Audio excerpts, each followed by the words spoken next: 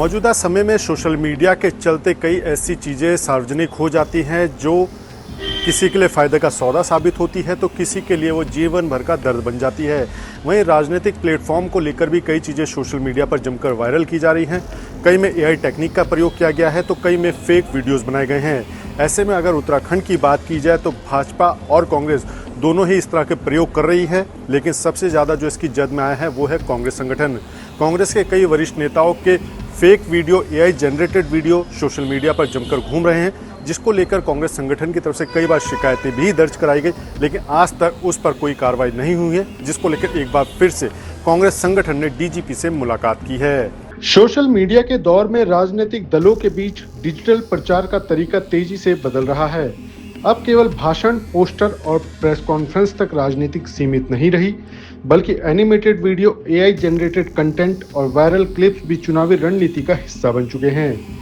उत्तराखंड की राजनीति में हाल के समय में देखा गया है कि विभिन्न राजनीतिक पार्टियां एक दूसरे के खिलाफ एनिमेटेड वीडियो बनाकर सोशल मीडिया प्लेटफॉर्म पर वायरल कर रही हैं। इन वीडियो के जरिए विरोधी दलों और नेताओं की छवि को प्रभावित करने की कोशिश की जा रही है। कई वीडियो व्यंग्यात्मक होते हैं, जबकि कुछ वीडियो ऐसे भी होते हैं जिनमें तथ्यों को तोड़ मरोड़ कर प्रस्तुत करने के आरोप लगते हैं। इस तरह के डिजिटल कैंपेन का सबसे ज्यादा असर युवा और सोशल मीडिया पर सक्रिय मतदाताओं पर पड़ता है। कम समय में वायरल होने वाले वीडियो राजनीतिक नैरेटिव तैयार करने में अहम भूमिका निभा रहे हैं। यही कारण है कि अब राजनीतिक दलों की आईटी और सोशल मीडिया टीमें पहले से ज्यादा सक्रिय हो गई हैं। हालांकि इस ट्रेंड को लेकर चिंता भी बढ़ रही है। फेक कंटेंट, डीप फेक तकनीक और भ्रामक एनिमेशन लोकतांत्रिक माहौल को प्रभावित कर सकते हैं। कई बार आम लोग भी यह समझ नहीं पाते कि कौन सा वीडियो वास्तविक है और कौन सा केवल प्रचार के उद्देश्य से तैयार किया गया है। वहीं उत्तराखंड कांग्रेस के प्रदेश अध्यक्ष गणेश गोतियाल ने बीते दिनों अपने ऊपर बने एनिमेटेड वीडियो को लेकर अपना बयान जारी किया है, जिसमें उन्होंने कहा है कि भाजपा द्वारा पोषित कुछ फर्जी पेज के द्वारा उनकी और कांग्रेस पार्टी के खिलाफ झूठे, भ्रामक और धार्मिक उन्माद फैलाए जा रहे हैं, जो कि पूरी तरह से निराधार और तथ्यहीन है। उन्होंने जनता से भी अपील की है ऐसे वीडियो और भ्रामक प्रचार पर विश्वास ना करें। कि मेरे खिलाफ तरह तरह की बातें 4-5 जो सोशल मीडिया के पेजेस हैं उनसे चलाई जा रही है, जिनमें खास करके धाकड़ धामी, वसूली अभियान मोर्चा, ये दोनों मुख्यमंत्री धामी जी के द्वारा चलवाए जा रहे हैं, और जन सेवक धंधा, और एक और है कोई धन सिंह रावत समर्थक, और एक राठी कोई है। ये इस तरह के 3 पेज ये धन सिंह रावत जी के द्वारा चलवाए जा रहे हैं। तरह तरह के मीम बनवाए जा रहे हैं जो कि धार्मिक रूप से विद्वेष फैलाने के लिए मुझ पर चिपकाए जा रहे हैं, और साथ साथ में कुछ लोगों को इस बात के लिए भी उकसाया जा रहा है, पहले की तरह जैसे लोकसभा में उकसाया गया था कि मेरी डिग्रियां जो मेरे पास जो मैंने शैक्षणिक योग्यता हासिल की है वो फर्जी है। ये बातें सब चलाई जा रही हैं। मेरा आप सबसे निवेदन है, मैं पिछले 3-4 दिन से इस पर मनन कर रहा हूं कि आखिर ऐसा क्यों बढ़ा, ये बात क्यों बढ़ी। लेकिन मुझे एक बात पता चली कि 7 तारीख को, इस महीने की 7 तारीख को भारतीय जनता पार्टी के द्वारा कराया गया एक सर्वे इनके पास आया, और उस सर्वे में यह आया कि अभी कांग्रेस ने भारतीय जनता पार्टी पर बढ़त हासिल कर ली है। अगर आज चुनाव हो जाए तो कांग्रेस भारतीय जनता पार्टी पर अभी बढ़त हासिल किए हुए।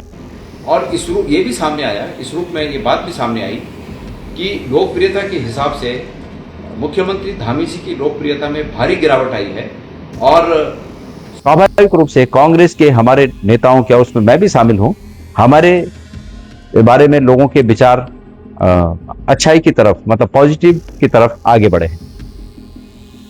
और इस बात से बीजेपी का पूरा खेमा चिंतित है।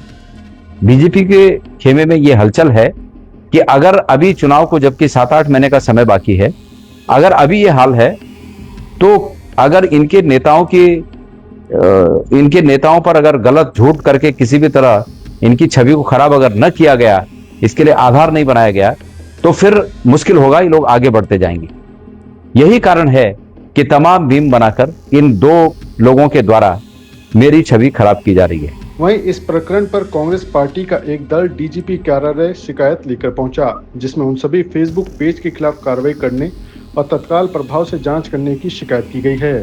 कांग्रेस के पूर्व विधायक मनोज रावत का कहना है कि 28 दिसंबर को भी भ्रामक प्रचार को लेकर शिकायत दर्ज कराई गई थी, लेकिन अभी तक उस पर कोई कार्रवाई नहीं की गई। इसलिए लगातार कांग्रेस प्रदेश अध्यक्ष गणेश गोदियाल की छवि को धूमिल करने का प्रयास किया जा रहा है। इसलिए आज पुनः मामले की गंभीरता को देखते हुए एक दल ने डीजीपी कार्यालय में मुलाकात की है। वो पेज हमारे माननीय अध्यक्ष श्री गणेश गोदियाल जी के विरुद्ध अनर्गल तथ्यहीन बातें प्रचारित और प्रसारित कर रहे हैं सोशल मीडिया पर। उसके विरोध में 28 दिसंबर को भी प्रदेश कांग्रेस के हमारे सम्मानित अध्यक्ष गणेश गोदियाल जी पुलिस महानिदेशक साहब को मिले थे और उन्होंने उस समय आश्वासन दिया था कि जल्दी ही इस पर कोई कार्रवाई करेंगे। आज दिसंबर से मई का महीना हो गया है, 5 महीने में कोई कार्रवाई नहीं हुई। तो आज हमने फिर से पुलिस महानिदेशक उत्तराखंड का समय लिया था, लेकिन वो कहीं व्यस्त थे, तो उन्होंने आईजी मिस्टर वर्णे साहब के पास हमें भेजा था। वर्णे साहब ने हमें सुना है और आश्वासन दिया है कि इस पर जल्दी कार्रवाई करेंगे। और इससे पहले इस तरह के ज्ञापन एसएसपी देहरादून साहब को और अन्य अधिकारियों को भी कांग्रेस पार्टी की ओर से और व्यक्तिगत रूप से गोदियाल जी की ओर से जा चुके हैं। तो हम आशा करते हैं कि पुलिस जागेगी, उनको कर्तव्य का बोध होगा और जो भी लोग जिन भी आईडी से इस तरह के भ्रामक प्रचार को कर रहे हैं जो तथ्यहीन हैं और मानहानिकारक हैं, उन पर कानूनी कार्रवाई करेंगे। वहीं पूरे मामले में भाजपा ने चुटकी ली है। भाजपा प्रदेश प्रवक्ता हनी पाठक ने कहा, कांग्रेस प्रदेश अध्यक्ष की छवि तो जनता के बीच पहले ही खराब हो चुकी है। 2022 में चुनाव के परिणाम इस बात का सबूत हैं। जनता कांग्रेस को पहले ही नकार चुकी है, इसलिए छवि उसकी खराब होती है जिसकी छवि अच्छी हो। अंतर है, छवि जिसकी ऑलरेडी खराब है, देवतुल्य जनता ने उसको नकार दिया है। जिस विधानसभा से वो चुनाव लड़ रहे थे उधर से भी उनको मुंह की खानी पड़ी है। तो आपकी छवि अगर अच्छी होती, बेहतर होती, तो निश्चित तौर पर आप वहां से जीत भी हासिल करते। तो छवि जिसकी खराब ऑलरेडी है, उसकी छवि खराब करने का कौन क्या प्रयास करेगा? तो इन सब चीज़ों को देखना चाहिए उन्हें। और निश्चित तौर पर आज लोकतंत्र है, सबको अपनी बात कर रखने का अधिकार है। आप भी जाइए, कानून प्रणाली का सहारा लीजिए। उत्तराखंड में 2027 में विधानसभा चुनाव होने हैं और आने वाले चुनावों में सोशल मीडिया वॉर और अधिक आक्रामक हो सकता है। राजनीतिक पार्टियां सोशल मीडिया के जरिए जनता को अपनी ओर आकर्षित करने की जुगत में लगी हैं। ऐसे में मतदाताओं को समझना होगा कि जो वायरल वीडियो चल रहे हैं उन पर तुरंत भरोसा करने के बजाय उसकी सत्यता जानना ज्यादा जरूरी है। 2027 के विधानसभा चुनाव से ठीक पहले उत्तराखंड प्रदेश में सोशल मीडिया वॉर भी देखने को मिल रही है, जहां भाजपा कांग्रेस के साथ ही तमाम राजनीतिक दल एआई जनरेटेड या फेक वीडियोस का सहारा ले रहे हैं, जो सोशल मीडिया पर जमकर घूम भी रहे हैं।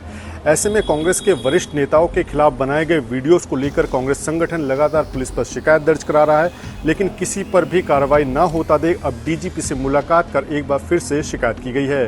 कांग्रेसी नेताओं का आरोप है कि भाजपा समर्थित कुछ लोग उनके फेक वीडियोस या एआई जनरेटेड वीडियोस को सोशल मीडिया पर वायरल कर रहे हैं और एक नैरेटिव सेट करने का काम कर रहे हैं। हालांकि भाजपा नेताओं का स्पष्ट तौर पर कहना है कि कांग्रेस की हाल तो पहले ही बुरे हो चुके हैं। ऐसे में वो भाजपा पर जबरदस्ती के बयानबाजी और आरोप लगा रहे हैं। बाकी के नतीजे 2027 के विधानसभा चुनाव में सामने आ जाएंगे, जब खुद जनता साबित कर देगी कि कौन सही है और कौन गलत।